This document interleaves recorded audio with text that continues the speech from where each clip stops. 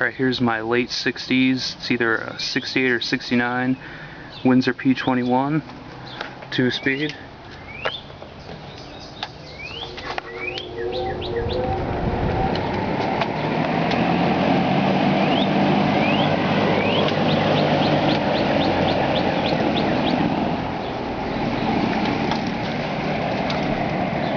As you can see, the grill badge is on the left side, and it's also on the rear grill.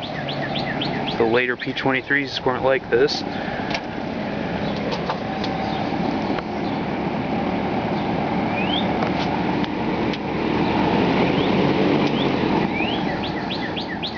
Hopefully I'll have better luck with this one than my other 1971 Windsor.